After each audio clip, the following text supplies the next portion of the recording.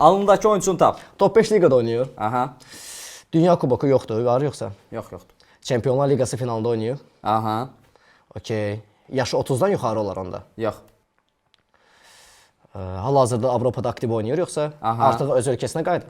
Yox. Aktiv oynayır. Aktiv şəkildə. Top 5 liqadan yola çıx, davam elə. Top 5 liqada. Hələ də oynayır top 5 liqada. Aha. Okey. Bu səfər Premier Liqa olmasın bu? Yox. Yox. Yaxşı onda biz La Liqaya. Yox. La Liqada yox. Okey, onda nə deyimsə Bundesliga. Yox. Bu onda İtaliyada oynayır. Yox. İtaliyada oynamır. Onda Fransada oynayır. Aha, Lig 1-də oynayır, bəli. Lig 1-də oynayır.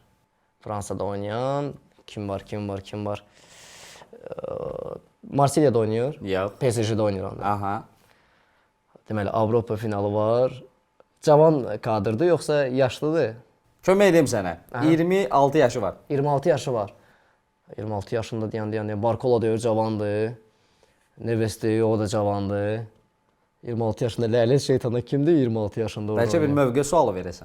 Onlar hücumdadır yoxsa müdafiədə? Müdafiədə. Müdafiədə. Ləyət şeytanı nə hamı mənə yazacaq, yadda ki bunu ver tapa bilmirsən. Deyən. A few moments later. Hakimi.